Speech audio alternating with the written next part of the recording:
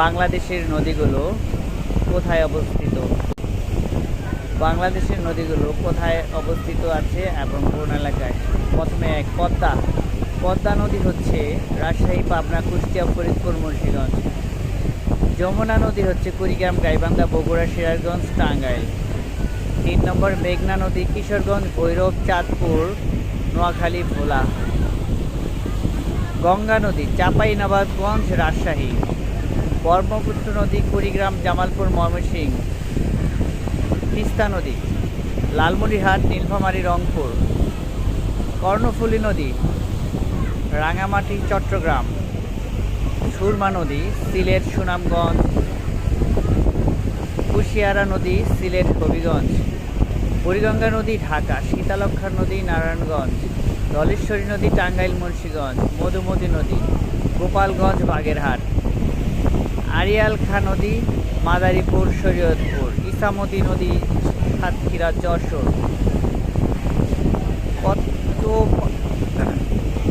কপোতাক্ষ নদী যশোর, সাতক্ষীরা। রূপসা নদী খুলনা। ভৈরব নদী যশোর, খুলনা। ফেনী নদী ফেনী, চট্টগ্রাম। সাঙ্গো নদী বান্দরবন, চট্টগ্রাম। হালদা নদী চট্টগ্রাম। ইতিহাসের বিখ্যাত নদী বুড়িগঙ্গা, ঢাকার প্রাণ বলা চলে।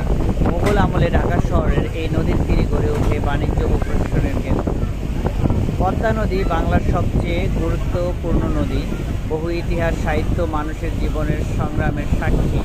নদীর ভাঙনের জন্য বিখ্যাত। মেঘনা নদী বড় বড় নদীর মিলনস্থল। প্রাচীনকাল থেকেই নৌ বাণিজ্যের জন্য গুরুত্বপূর্ণ। যমুনা নদী ব্রহ্মপুত্র নদ ও প্রধান ধারা, উত্তরবঙ্গের ইতিহাসে ও জীবনযাত্রার সাথে জড়িত। কর্ণফুলী নদী বন্দর, চট্টগ্রাম বন্দরের প্রাণ, আরাকান ও দক্ষিণ এশিয়া এর বাণিজ্যে ব্যবহৃত।